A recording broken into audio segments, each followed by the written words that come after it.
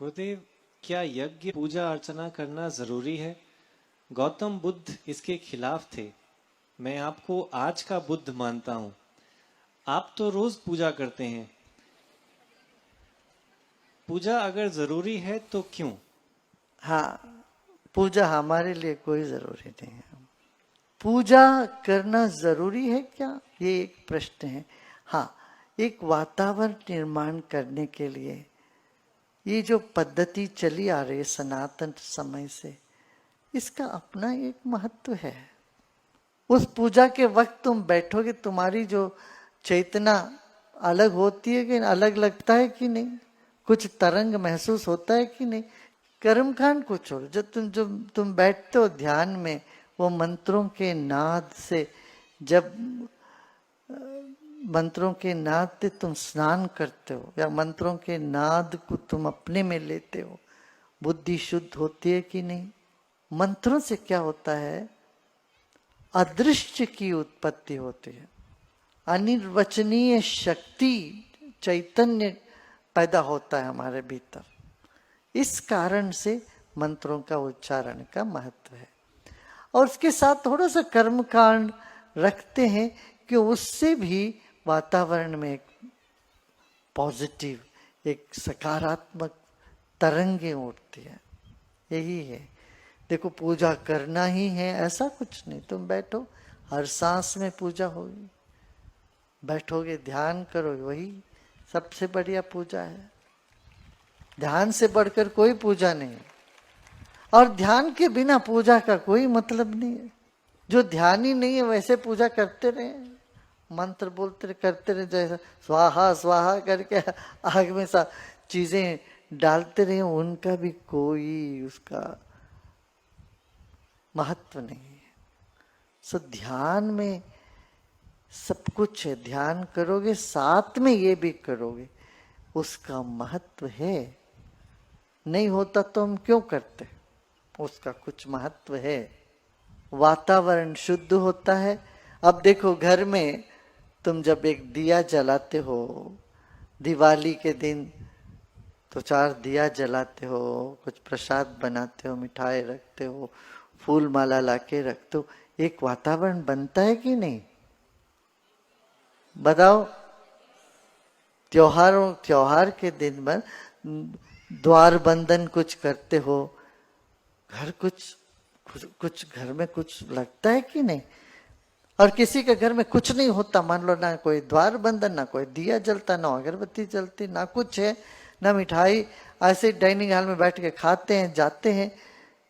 वहां की एनर्जी देखो, चेतना देखो, एक तरह से डल सी चेतना होती। महसूस किया है?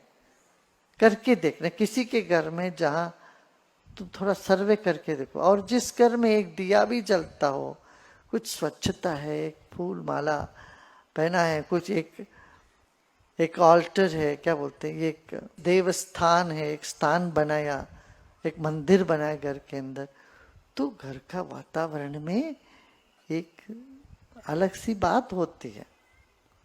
मतलब मंदिर रखो ये नहीं बोल रहा हूं, घर में एक दिया जलाओ, घर में उसी से एक वातावरण अच्छा होने लगता है।